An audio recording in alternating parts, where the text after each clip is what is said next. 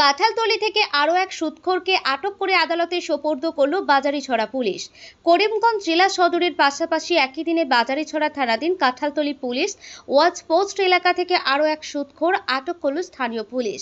মঙ্গলবার রাত 10:30 নাগাদ কাঁঠালতলী পুলিশের ইনচার্জ রিন্টু গড়গই দলবল নিয়ে স্থানীয় মারুগাঁও থেকে 62 বছর বয়স্ক মইনুল হক নামের এক ব্যক্তিকে আটক করেন।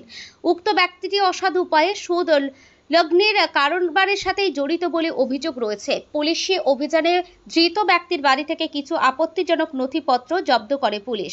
পরে উক্ত রাতে আটক ব্যক্তিকে বাজারিছড়া থানায় আটকে রেখে টানা জেরার পর বুধবার দুপুরে তাকে করিমগঞ্জ জেলা সিজেএম আদালতে তোলা হলে মহামান্য আদালতের নির্দেশে ধৃতের ঠাঁই হয় জেল হাজতে।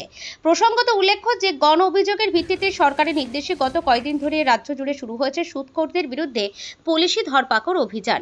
এতে মঙ্গলবার করিমগঞ্জ জেলা সদর থেকে আরও 4 সুদখোর আটক হয়। এদিন করিমগঞ্জে মোট 5 সুদখোর আটকের খবর পাওয়া গেছে, বাকিরা পলাতক।